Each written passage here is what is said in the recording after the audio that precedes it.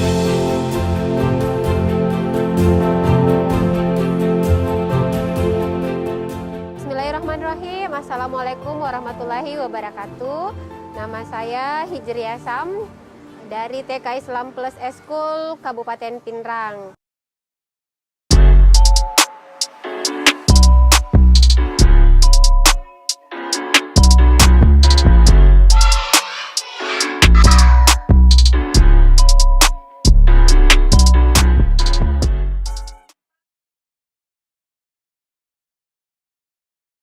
Alhamdulillah, sekolah kami terpilih menjadi salah satu sekolah penggerak angkatan pertama di Kabupaten Pinrang yang luar biasa sekali dampaknya untuk kami. Sekolah penggerak sendiri merupakan cita-cita mulia yang sejalan dengan visi dan misi Eskul didirikan untuk memeratakan pendidikan yang ada di Indonesia, sehingga anak-anak yang di daerah bisa sama peningkatan pembelajarannya dengan daerah-daerah di seluruh pelosok Indonesia untuk mewujudkan cita-cita pendidikan nasional yang dikejewantahkan dalam profil pelajar Pancasila.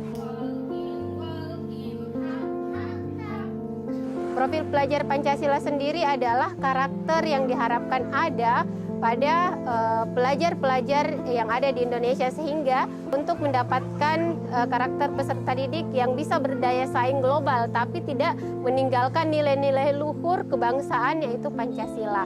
Nah, salah satunya adalah beriman, bertakwa kepada Tuhan Yang Maha Esa, serta berakhlak mulia.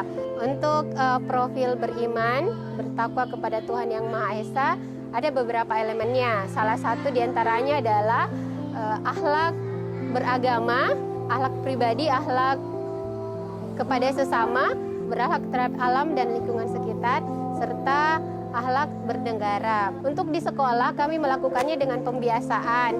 Jadi anak-anak mengetahui agamanya, kemudian memahami apa ajaran-ajaran agama dari agama Islam itu sendiri. Misalnya pembiasaan wudhu, pembiasaan sedekah, pembiasaan sholat duha setiap harinya. Jadi secara tidak langsung anak-anak belajar tentang profil pelajar Pancasila yang pertama tersebut.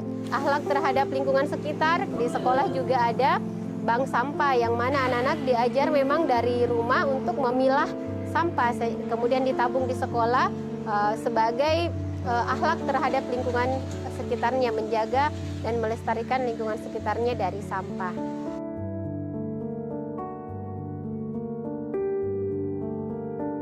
Profil yang kedua yaitu mandiri, di mana anak-anak diharapkan menjadi pelajar Indonesia yang bertanggung jawab terhadap dirinya sendiri, terhadap hasil belajarnya, terhadap proses belajarnya. Untuk menanamkan profil mandiri ini, kami biasanya melaksanakannya pada pembiasaan. Misalnya Ananda terbiasa sendiri untuk mencuci tangan pada saat selesai melakukan kegiatan, pada saat toilet training maupun aktivitas-aktivitas yang terjadi atau terlaksana pada saat proses pembelajaran. Misalnya pada sholat duha merapikan sendiri mukena dan alat sholatnya. Kemudian pada saat ingin ke toilet, Ananda sudah lulus untuk toilet training, untuk membuang hajatnya sudah bisa sendiri. Itu untuk profil mandiri. Ananda dilaksanakan atau dikuatkan dengan pembiasaan-pembiasaan yang dilakukan setiap harinya. Untuk profil yang ketiga yaitu gotong royong, anak didik kami di sekolah penggerak diharapkan bisa melaksanakan kegiatan bergotong royong, yaitu kegiatan melakukan kegiatan bersama-sama secara sukarela agar pekerjaan tersebut terlaksana dengan lancar, mudah, dan lebih cepat. Untuk elemen gotong royong sendiri yang paling utama yaitu kolaborasi, kepedulian, dan berbagi. Untuk menguatkan profil gotong royong ini, kami laksanakan pembelajaran dengan mengedepankan nilai gotong royong pada saat belajar membuat sesuatu. Misalnya tadi pembelajaran membuat kapal pinisi. Di situ Ananda diajak untuk membuat kapal pinisi dan mengerti bahwa tidak bisa terbuat kapal pinisi jika tidak bekerja sama dan bergotong royong. Kemudian untuk kepedulian kami ada Eskul Share and Care, itu ada pada bulan Ramadan, itu kami ada garage sale. Jadi Ananda yang memiliki baju, mainan atau sepatu bekas di rumah yang masih layak pakai, kita jual di garage sale, dan semua dana hasil penjualannya itu disumbangkan untuk teman-teman yang kurang mampu. Jadi seperti itu untuk gotong royongnya.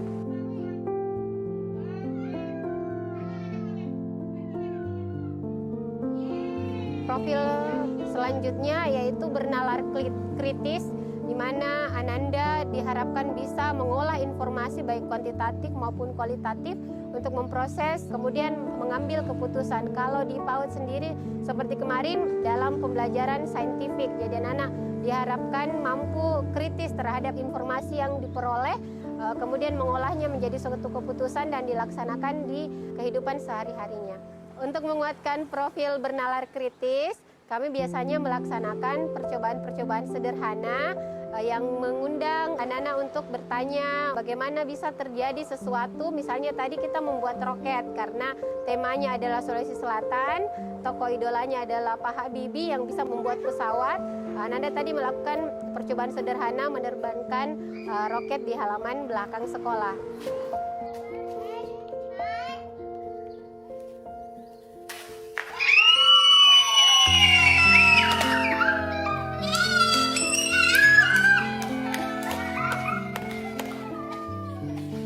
Profil pelajar Pancasila selanjutnya adalah kreatif, di mana pelajar Indonesia diharapkan bisa menghasilkan sesuatu yang orisinil atau memodifikasi sesuatu yang berbeda, inovatif, dan bermakna.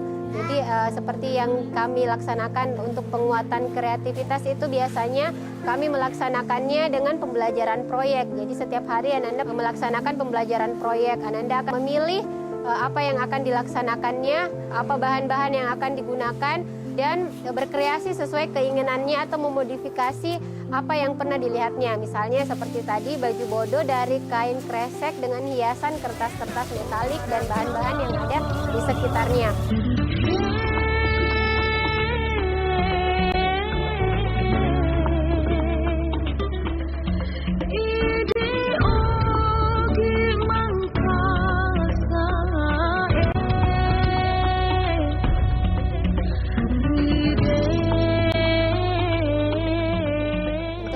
Profil pelajar Pancasila berkebinekaan global, pelajar Indonesia diharapkan bisa mempertahankan budaya luhurnya, identitas, lokalitasnya, tapi tetap berpikiran terbuka terhadap budaya-budaya lain yang masuk sehingga bisa terjadi saling menghargai antar budaya yang berbeda dan tidak menutup kemungkinan akan lahir budaya-budaya positif yang baru, gabungan dari budaya-budaya yang lain tapi tetap mempertahankan budaya luhur yang dimiliki. Untuk elemen berkebinekaan global, yang pertama adalah mengenal dan menghargai budayanya sendiri dan budaya orang lain, dan yang kedua itu adalah mampu berkomunikasi interkultural antar sesama budaya yang berbeda, dan yang ketiga adalah refleksi dan tanggung jawab terhadap pengalaman kehidupan yang berbineka. Untuk penguatannya, kami setiap hari Ananda diajarkan untuk berkebinekaan global, di mana saling menghargai perbedaan-perbedaan yang ada. Karena di sekolah kami ada banyak suku, ada dari Jawa, Sulawesi, ada dari Kalimantan, dan ada dari Sumatera, yang kebanyakan mereka memiliki budaya dan bahasa yang berbeda bahkan. Kami ajak untuk saling menghargai budaya-budaya tersebut. Untuk penguatannya kami ada namanya Hari Nusantara setiap bulannya di tanggal 17, di mana pada bulan tersebut atau pada hari tersebut Ananda atau peserta didik kami belajar tentang satu pulau atau satu provinsi yang ada di Indonesia setiap bulannya. Jadi diharapkan 12 bulan Ananda bisa belajar 12 provinsi atau 12 pulau yang ada di Indonesia. Salah satu contohnya adalah tadi kita membahas tentang Pulau Sulawesi Selatan. Pertama kita lihat ada kisah atau dongeng tentang kapal pinisi, kemudian Ananda belajar bergotong royong untuk membuat kapal pinisi. Kemudian yang kedua, Ananda belajar tentang idola atau tokoh yang lahir dari Sulawesi Selatan yaitu Pak Habibie. Kemudian pada pembuatan baju bodo yaitu baju khas Sulawesi Selatan, Ananda dituntut untuk mengembangkan profil kreatif. Jadi terintegrasi dalam satu hari pembelajaran itu ada beberapa profil yang dikuatkan, tapi khusus untuk berkebinekaan global kami menguatkannya di program Hari Nusantara yang dilaksanakan setiap tanggal 17 setiap bulannya, membahas pulau atau provinsi yang ada di Indonesia.